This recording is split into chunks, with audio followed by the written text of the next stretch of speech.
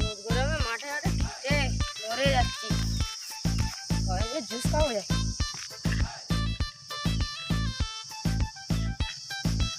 রোদ গরমে মাঠ থেকে এলি হাওয়া জুসটা খাবো। আমি এখানে খাবো নি, হাটের রাস্তায় গিয়ে খাবো।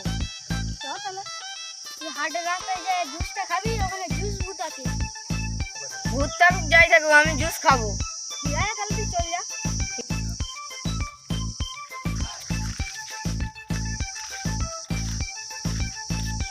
হাটের রাস্তায় জুস খাবো। হাটের রাস্তায় জুস খাবো। বললাম তাড়াতাড়ি চ, আমরা জুস সর্দারকে খাবো। আমরা জুস সর্দারকে খেলবো বলছে। ওটার একটা মানুষ ঢুকেছে।